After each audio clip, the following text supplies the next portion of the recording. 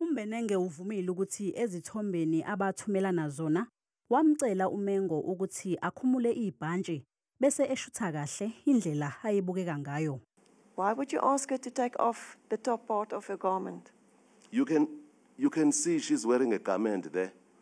But why did you ask her to remove it? No, because I just wanted to appreciate her appearance, because as far as I was concerned, the jacket was obstructive. Of what? Obstructive in the sense that it doesn't give me a full perspective and view of how she looked. uMbenenge ukuphikile ukuthi isenzo sakhe sasibonisa ukusikezela ngokocansi. Uthi uMengo wavuma ukumthumelela lesi sithombe ayesicelile. Would you agree that even suggesting this type of image by removing your top part to see her body? Her body. The structure of her body, especially in the absence of a personal relationship and in the presence of professional hierarchy, amounts to sexual harassment? I disagree.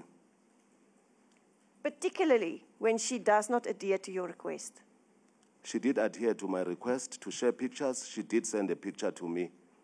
Ukhale ngendlela uadvocate Salome Skippers ambuza ngayo imbuzo. Uthi wenza sengathi selimlahlile leli cala. I see the shape of these proceedings from time to time. Even the chairperson had to interject.